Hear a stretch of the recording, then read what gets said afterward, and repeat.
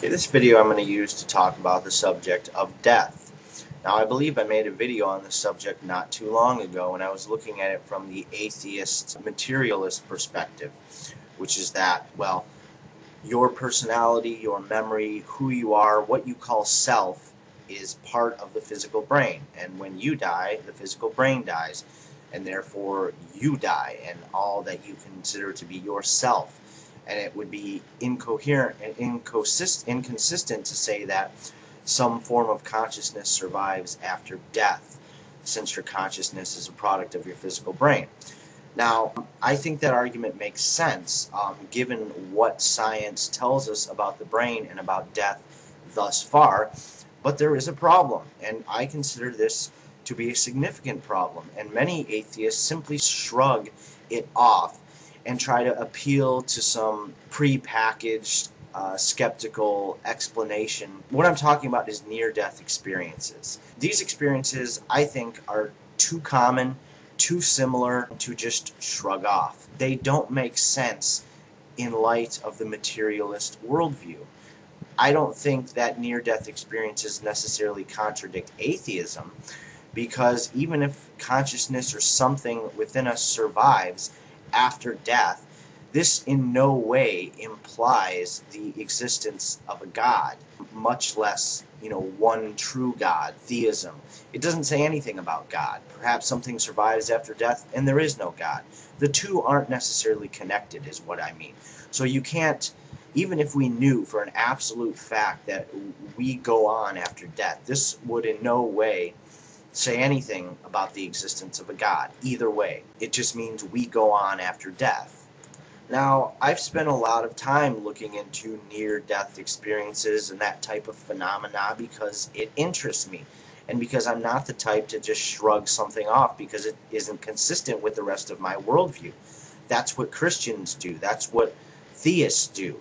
And we atheists tend to pride ourselves on our open-mindedness and our ability to question ourselves if something doesn't make sense. Near-death experiences don't make sense in a materialist worldview. And so we should consider them and consider the implications and what this means. I think it's a problem for materialism, a worldview which says the only thing that exists is matter and energy in the physical universe as we know it. Now, that's not the same as atheism. Atheism is only a statement about the existence of God. You can be an atheist and not be a materialist. You can be an atheist and believe that reality is a product of consciousness. That doesn't mean you have to believe in God, but it also means you don't believe that matter is all there is. You think that mind precedes matter. I don't want to get into that too much, but the evidence for near-death experiences cannot be shrugged off. It's too consistent. And this is a subject that has long been studied and has shocked the people who were studying it, which is generally scientists who hold to a methodological, naturalistic view when they're studying this. It doesn't make sense given what we currently know about consciousness, which is that consciousness is a product of the physical brain. It seems that for a significant percentage of people who have had near-death experiences, consciousness continues to function even after the brain is dead and starved of blood and oxygen, which doesn't make sense.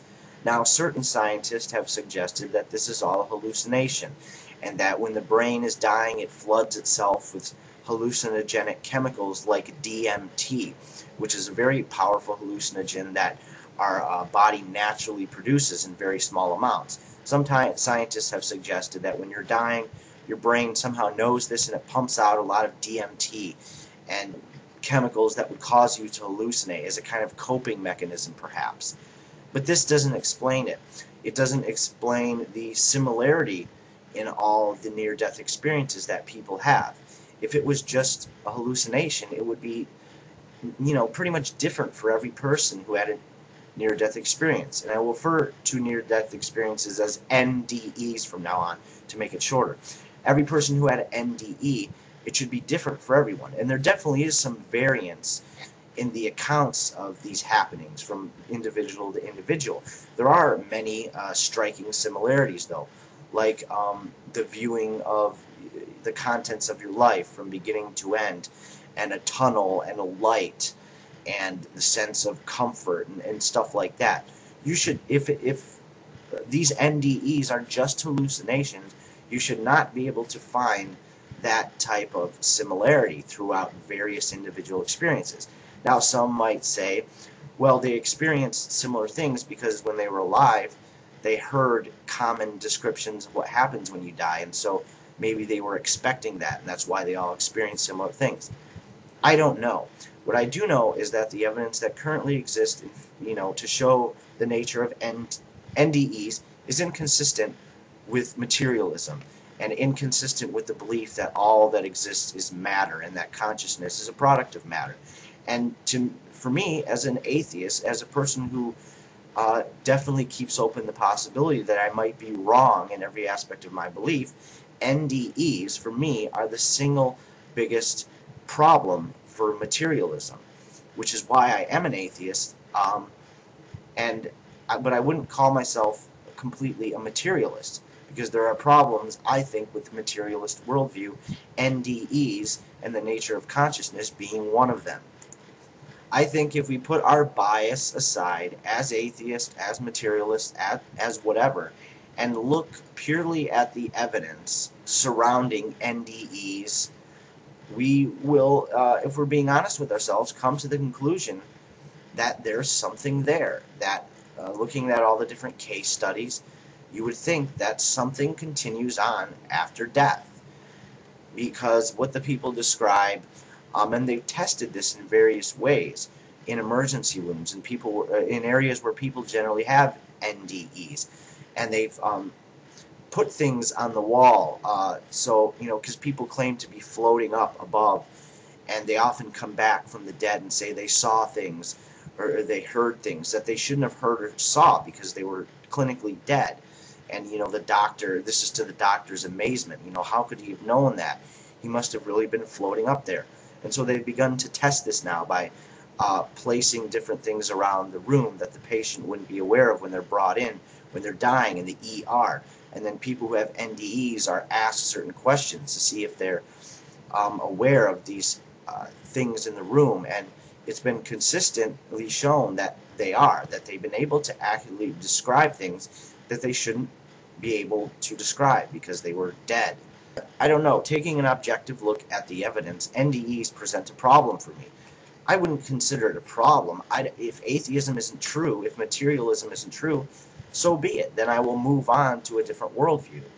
And considering the evidence for NDEs, for me, is definitely reason to consider that materialism might be wrong and that some kind of consciousness or something continues on after death. Or we definitely don't know all that much about consciousness. That much can be said. That's an area that's still being highly studied and is highly controversial. So we'd have to wait for the verdict on that one as far as science goes.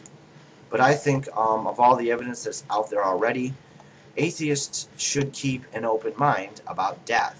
And like I said, even if we knew that we go on after death, it doesn't say anything about a God. So you can be open-minded to the concept of life after death without having to appeal to any particular religion. For me personally, I naturally tend towards Buddhism because it's something that has interested me and inspired me, and I've borrowed a lot of my own ideas and philosophy from Buddhism for quite some time.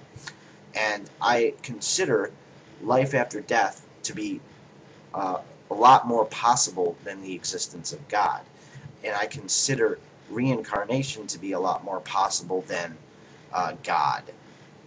For example, Buddhism. And if you're familiar with the work of the psychologist, psychiatrist, and neurobehavioral expert Ian Stevenson, who is a controversial figure, he did a lot of work about reincarnation, interviewing children who claim to know things about past lives and analyzing birthmarks and stuff like that. I would say that there is decent evidence for life after death, and there is decent evidence for suggesting the possibility of reincarnation. So as an atheist, I remain very open to those possibilities. I don't consider them to be complete quackery. My fellow atheists may laugh at me or scoff at me, But giving some kind of cheap explanation, like trying to explain away NDEs by chemicals in the brain or hallucinations, if you look at the exact case studies, you will realize that doesn't make sense, because it doesn't explain the similarity between various experiences. It doesn't explain the floating above the body and being able to see and hear things that you shouldn't be able to see or hear from that perspective. A hallucination wouldn't explain why you'd be viewing things from a completely different perspective in the room. And let's not forget that if your brain is clinically dead, you shouldn't be able to see or hear or perceive anything in the first place. And you shouldn't be able to remember it when you come back from being clinically dead, because your memory should have been shut off since your brain was dead. So the whole thing doesn't really make sense. And I'm not saying it won't make sense one day. Maybe science will be able to explain it all away. But until then, I keep an open mind, and I consider that a good thing, and I ask others to do the same.